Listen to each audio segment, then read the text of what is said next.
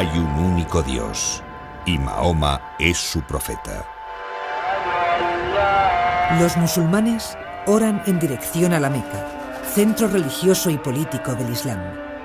La perspectiva del botín y los goces del paraíso estimulan a quienes combaten para extender la fe de Mahoma.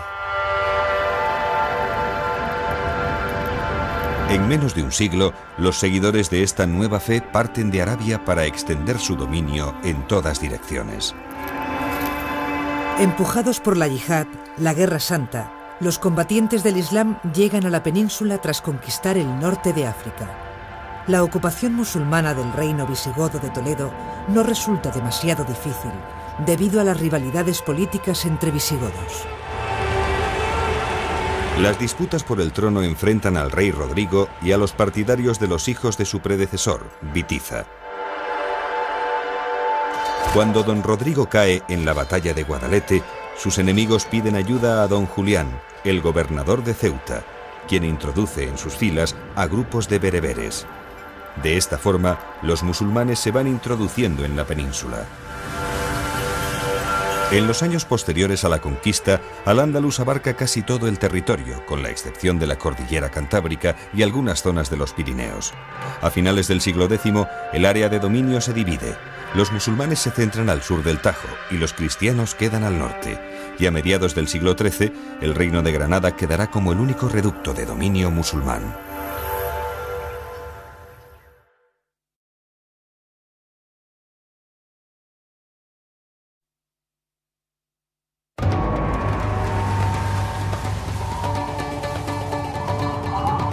La mayoría de los invasores musulmanes que atraviesan el estrecho son bereberes, que procedentes del Magreb llegan a la península empujados por la yihad. Solo una pequeña minoría dirigente está formada por sirios y árabes. Las zonas que quedan bajo dominio musulmán pasan a ser un emirato árabe que depende de Damasco, al frente del cual está la dinastía omeya. El éxito de la conquista no se debe tanto a la fuerza de los musulmanes como al debilitamiento de los visigodos que encuentran al desembarcar. En 4 años culmina la ocupación. La aristocracia visigoda pacta con los recién llegados y se compromete a mantener la administración de sus áreas y a garantizar el cobro de impuestos. Yo creo que no se puede hablar de pactos o de acuerdos establecidos por colectividades, entre colectividades, y sí por distintos individuos dentro de esas colectividades, por una parte. Y por otra parte, creo que es interesante indicar también que todo esto se produjo o básicamente en el ámbito rural, en el ámbito agrario y fundamentalmente para mantener pues los beneficios, para obtener la situación de privilegio de grandes familias, ¿no? En las tierras de Al-Ándalus conviven personas que practican 3 religiones distintas: musulmanes, judíos y cristianos. La religión musulmana se expande en buena parte de la península. El Corán es el libro sagrado que recoge las obligaciones religiosas del creyente. Todo buen musulmán debe conocer y recitar su profesión de fe, que se resume en la existencia de un único Dios y de su profeta Mahoma. Los judíos acogen a los musulmanes como libertadores. Dadas las penalidades que sufrían desde la implantación del catolicismo en el periodo visigodo, se integran rápidamente en la nueva sociedad. Por su parte, los que continúan fieles al cristianismo reciben el nombre de mozárabes. Estos cristianos que viven en territorio musulmán se organizan en comunidades y mantienen viva la tradición visigoda de los concilios y la vida monacal de los monasterios. A partir del siglo X, los cristianos repoblarán las zonas del norte en las que apenas hay presencia musulmana. La recaudación de impuestos constituye la principal fuente de riqueza del Estado musulmán. El sistema, digamos, genérico de impuestos de la población dentro del Islam, el musulmán habitualmente paga menos que el no musulmán. Y entonces, si desde un punto de vista, digamos, de prestigio, convenía que las poblaciones islamizaran rápida y ampliamente, desde un punto de vista económico no pasaba lo mismo, porque si las poblaciones no islámicas islamizaban rápidamente y ampliamente, el erario público se iba a ver bastante disminuido porque las tasas y los impuestos eran menores, ¿no?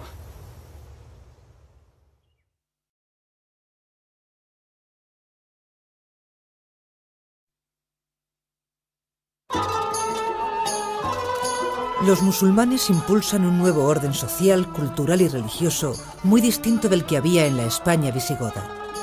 La fusión entre los recién llegados y los nativos se produce de forma paulatina y sin traumatismos durante los primeros siglos de ocupación.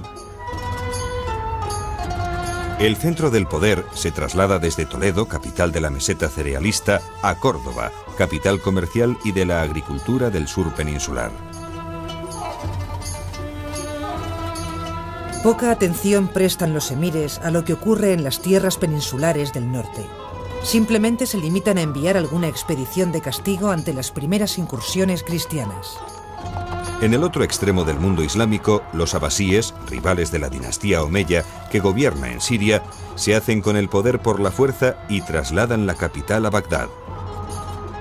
Abderramán es el heredero o el último y más importante de los vástagos de los omeyas de Siria, y que, sintiéndose amenazado por el cambio de dinastía, se refugia en Occidente. Occidente es el Magreb en árabe. Y conociendo la situación del Andalus, la situación de la península ibérica, de la Hispania de entonces, se atreven a pensar en implantar un poder que sea algo más que el de los gobernadores anteriores, que sea un poder constituido como Estado. El siglo X es la época más gloriosa de la historia política de la España musulmana. Abderramán III pone fin al emirato y se autoproclama califa omeya, independizándose totalmente de Bagdad. A partir de entonces se convierte en el jefe político y espiritual del Al-Ándalus, un estado poderoso y de refinada civilización. Yo me atrevería a decir que el califato de Córdoba fue una tentativa de concepción hispánica lo más unitaria posible y lo más centralizada posible también. Córdoba, capital del califato andalusí, pasa a ser la mayor ciudad de Occidente. Se rodea de nuevas murallas y sobre la base de una basílica cristiana se construye la gran mezquita. Pronto, bajo el poder musulmán, la antigua Córdoba romana se convertirá en la luz de Occidente.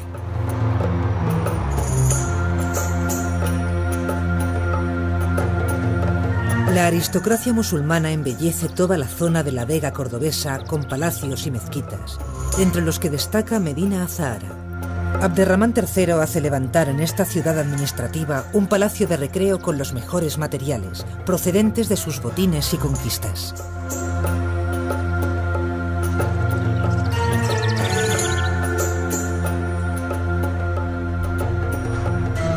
Al-Hakam II, el hijo de Abderramán III, hereda un estado próspero. Amante de las letras, llega a reunir la mayor biblioteca de todo Occidente, en la que alberga más de 400.000 volúmenes. En otra muestra del esmero cultural de los omeyas, los califas hacen venir a músicos desde Oriente para acompañar al canto de poesías. Con los árabes llegaron nuevos instrumentos musicales a la península y se crearon formas de componer que han quedado para siempre en la tradición viva andalusí. Destaca el nai, flauta de caña, típico instrumento de los pastores islámicos, el duf, o pandero árabe, el darbuka, tambor de doble cono,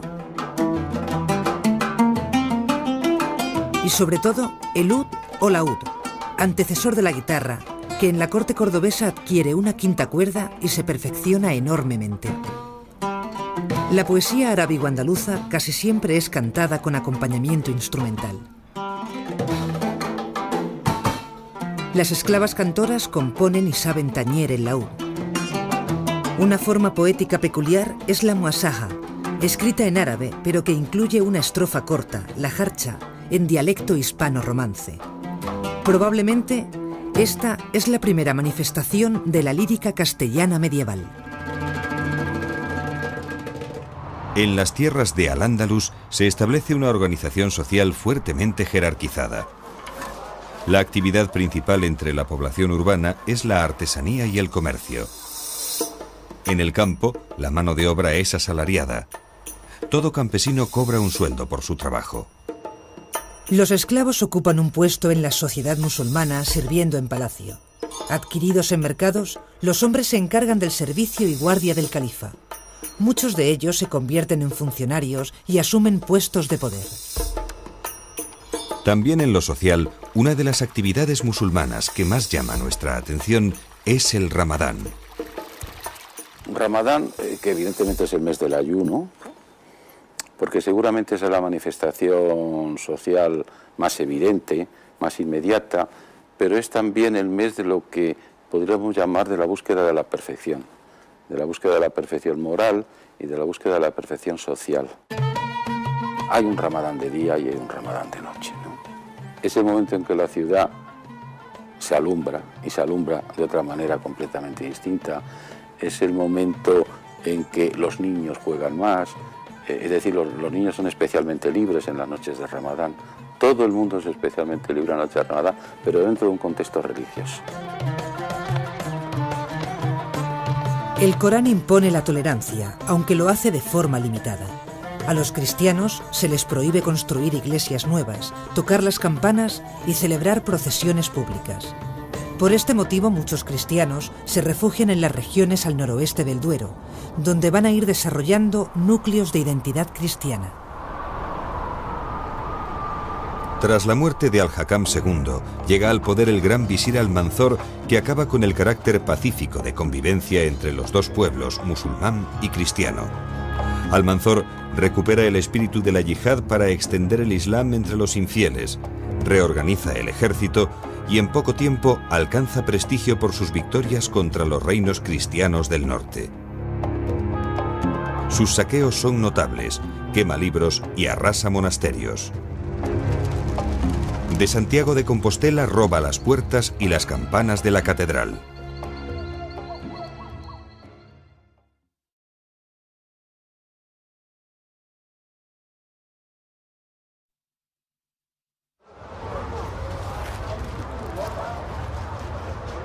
A diferencia de los visigodos, los musulmanes devuelven a las ciudades todo su esplendor. Desde el siglo VIII retoman la actividad artesanal y comercial ligada a las ciudades más importantes, tales como Córdoba, Sevilla, Toledo, Mérida y Zaragoza. El centro económico de la ciudad se sitúa en el Zoco, lugar donde transcurre gran parte de la vida cotidiana. Allí se consiguen todo tipo de mercancías, en especial las de Oriente, seda, lana y algodón. Y la disposición del mercado en sí misma es ilustrativa. Lo que está más cerca de la mezquita, que suele ser el centro, es lo que tiene los productos nobles. Por ejemplo, menos materiales, las velas relacionadas con la luz y con el culto, los libros relacionados con la luz del conocimiento, algunos objetos preciosos. Poco a poco se van desmaterializando en ese sentido simbólico y uno ya va encontrando pues, el zoco de las especias, que también es precioso, después de las verduras, después de los zapatos, de las babuchas y de cualquier otro producto.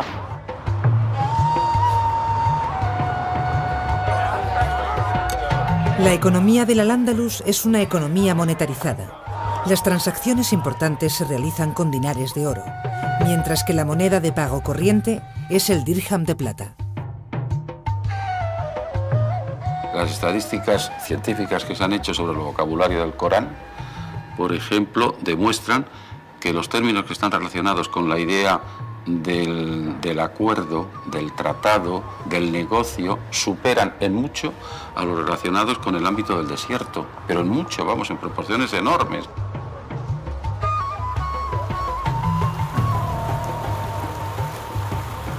Con las nuevas telas y tejidos de Oriente entran nuevas modas. Los dirigentes lucen altos sombreros de seda y el turbante, al principio uso exclusivo de los juristas, se generaliza a partir del siglo X.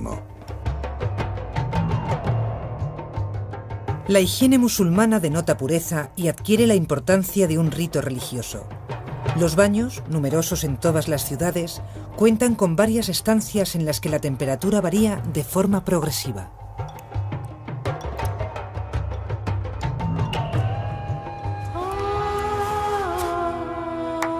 La mujer musulmana sale poco de casa. Una de sus distracciones es ir a los baños, donde dedica varias horas del día al aseo personal y cuidado de la belleza. Allí merienda con sus amigas mientras se depilan y untan con aceites perfumados. Otro eje fundamental de la vida cotidiana son las mezquitas, lugares de oración y de recreo. Córdoba llega a tener centenares de ellas. Al igual que en el mundo romano, las casas musulmanas están cerradas al exterior por un muro ciego. Sin embargo, todas las estancias del interior se abren a un patio central que generalmente tiene un pequeño estanque o un pozo. La parte baja de la casa, suponiendo que la casa tuviera dos alturas, es la parte en donde se acoge a los visitantes. Y la parte alta es una parte privada que se llama muchas veces harén, lugar reservado, donde las mujeres y los niños tienen un lugar privilegiado propio donde jugar y reunirse y trabajar. La mujer se diferenciaba bastante según si fuera una mujer del campo rural o una mujer de ciudad. Si era mujer de campo, de alguna manera tenía más libertad.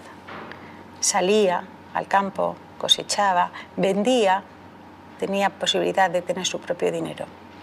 Y si era mujer de ciudad, en cambio, estaba más velada, más tiempo dentro de casa y sus recorridos pues, se circunscribían a estos lugares, al baño, algunas veces a la compra, a alguna visita a otras casas, a las amigas. Tiene encomendada a la familia y los niños hasta los 7 años. Estos niños, por ejemplo, le acompañan hasta al baño. El baño de las mujeres deja entrar a los chicos y a las chicas pequeños hasta los 7 años. Todavía hoy se conservan algunos nombres de época musulmana como Fátima y Aisha.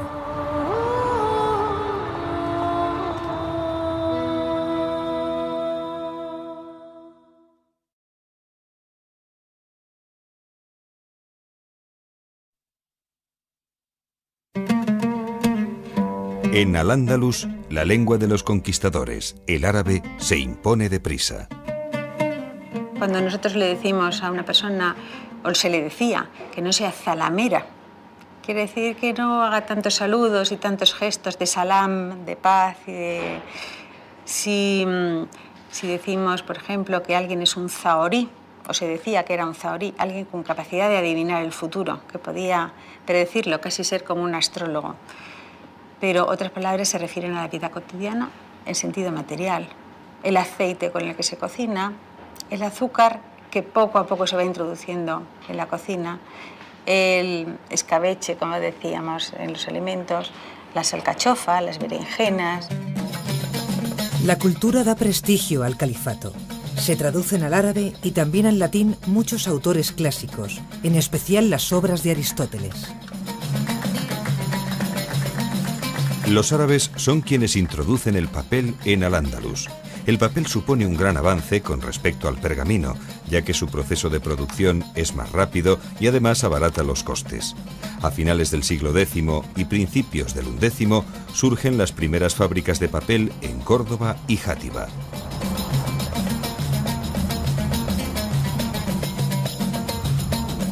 Los musulmanes muestran interés también por el mundo científico. Destaca el desarrollo de las matemáticas, de la lógica, de la astronomía y de la geometría. Muestra de ello son los números que usamos hoy. Aunque su origen está en la India, los musulmanes los difunden por primera vez en Europa. También en medicina desarrollan métodos quirúrgicos y mejoran las técnicas de amputación y de cauterización.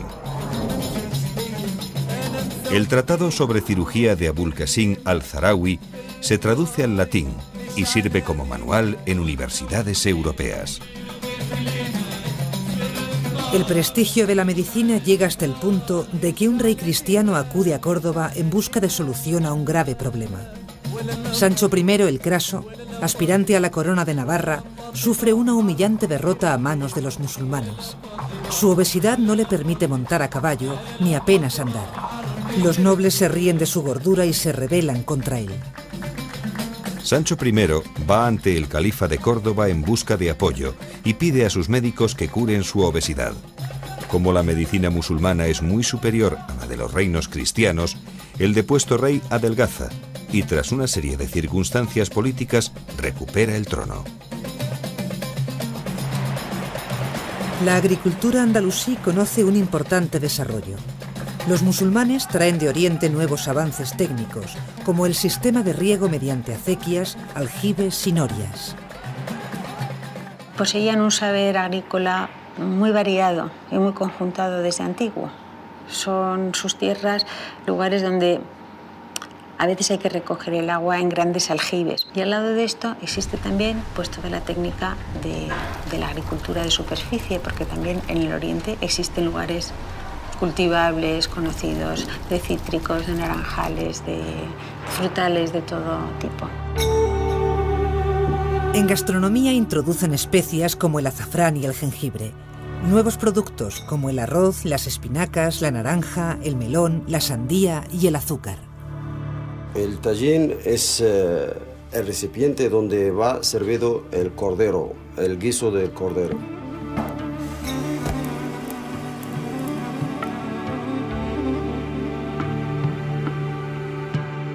Además de los platos de cordero más conocidos, hay que tener en cuenta que la base de la alimentación andalusí es el trigo, como la sémola del cuscús, por ejemplo. En las casas se prepara la masa del pan y luego se la lleva a cocer al horno público más cercano. Los aperitivos fríos más comunes son la pasta de lentejas, habas o garbanzos.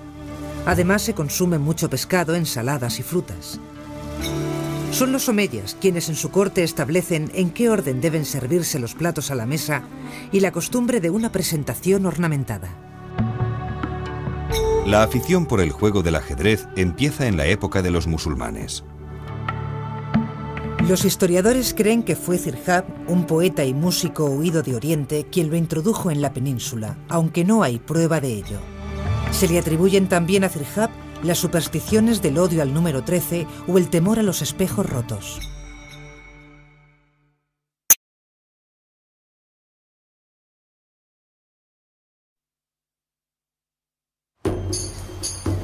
El arte andalusí refleja el sentido de intimidad tan fuerte que mantienen los musulmanes.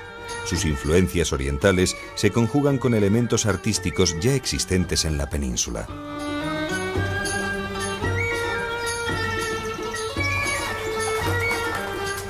En arquitectura destacan las construcciones de mezquitas y palacios, cuyas salas cuentan con una profusa decoración.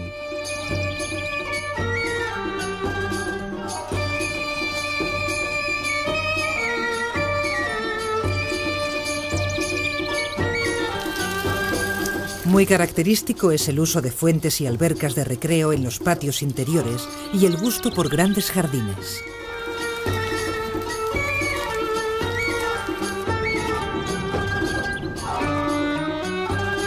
La mezquita de Córdoba es el ejemplo más característico del arte andalusí. Representa el modelo espiritual de los califas y su gusto por la suntuosidad. Su construcción se inicia a finales del siglo VIII sobre la base de la iglesia cristiana de San Vicente.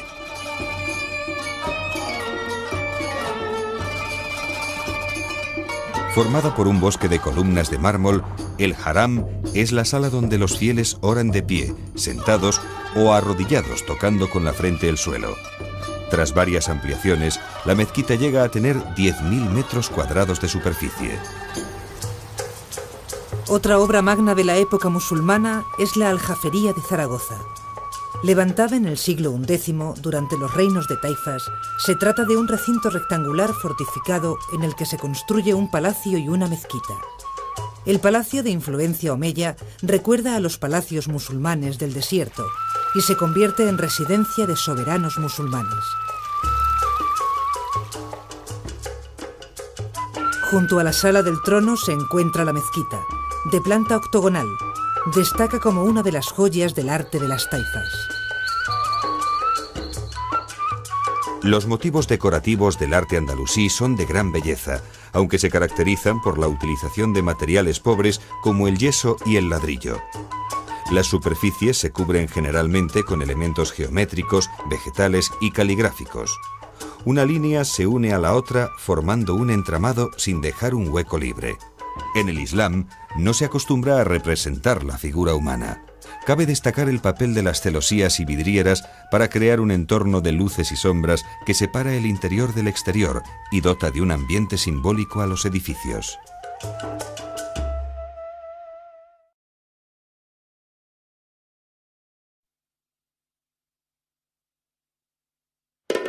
Con la muerte de Almanzor se inicia el periodo que va a poner fin al Estado andalusí, ya que sus sucesores son incapaces de mantener un Estado musulmán unificado. Al-Ándalus se divide en pequeños principados, conocidos como reinos de taifas, que se reducen a la ciudad y sus comarcas. Esta multitud de pequeños núcleos independientes se convierte en pequeños reinos que reproducen el modelo califal. La debilidad política de estos territorios no es obstáculo para que este periodo sea el de mayor esplendor cultural de Al-Ándalus. Destacan las taifas de Zaragoza, Sevilla y Toledo. A causa de su debilidad y sus continuos enfrentamientos, los reinos de taifas ofrecen escasa resistencia a la presión de los reinos cristianos, a los que a veces recurren para solucionar sus propias disputas. Los cristianos les imponen fuertes tributos, las parias, a cambio de paz, con lo que la relación de poder entre cristianos y musulmanes empieza a invertirse. Ese largo periodo de los almorávides y de los almohades es un periodo en que todo el Islam acomete y trata de llevar a la práctica. Cuando digo todo el Islam no me refiero solamente al Andalus, entra en un tiempo histórico en que se propone la reconstrucción política, social y cultural del Islam. No se olvide que, por ejemplo, eso es coetáneo en gran parte a otro hecho fundamental que está ocurriendo en el Mediterráneo oriental, que son las cruzadas.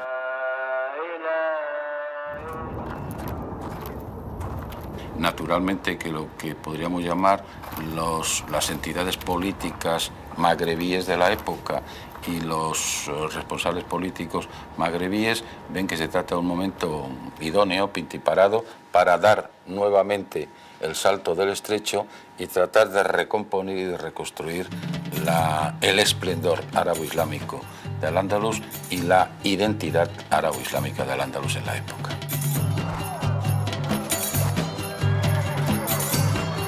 Tras numerosos éxitos militares, una gran coalición de los reinos cristianos, unidos en una cruzada, derrota a los almohades en la batalla de las Navas de Tolosa. Esto abre una brecha hacia el Atlántico en el sur de la península. El último imperio norteafricano que acude en ayuda de Al-Ándalus es el de los benimerines.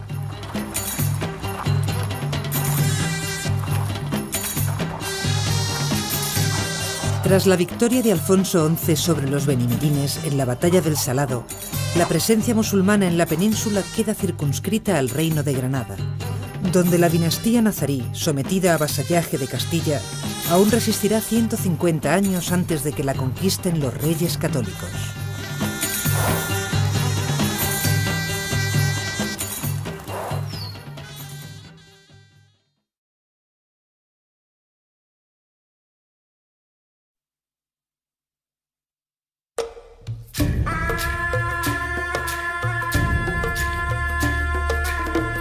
A lo largo de los 8 siglos que permanecen en la península, los musulmanes consiguieron implantar su lengua, el árabe, su religión, el islam, y muchos avances en el campo de las artes y la cultura. Fue una época de esplendor para el estudio de las matemáticas, la astronomía y todas las ciencias. Innovaciones tecnológicas en el campo de la agricultura y ejemplos de expresión artística de gran belleza. Volveré a ver los zócalos tan resplandecientes de las paredes de los salones reales, en donde los atardeceres más oscuros nos parecían auroras. Es un lugar de recreo que recuerda por su dulzura exquisita el paraíso celestial, pues todo hombre que allí se encuentre no sufrirá las fatigas de la sed ni el ardor del sol. Alimentada por influencias orientales, Al-Ándalus aportó a la península una nueva concepción del mundo.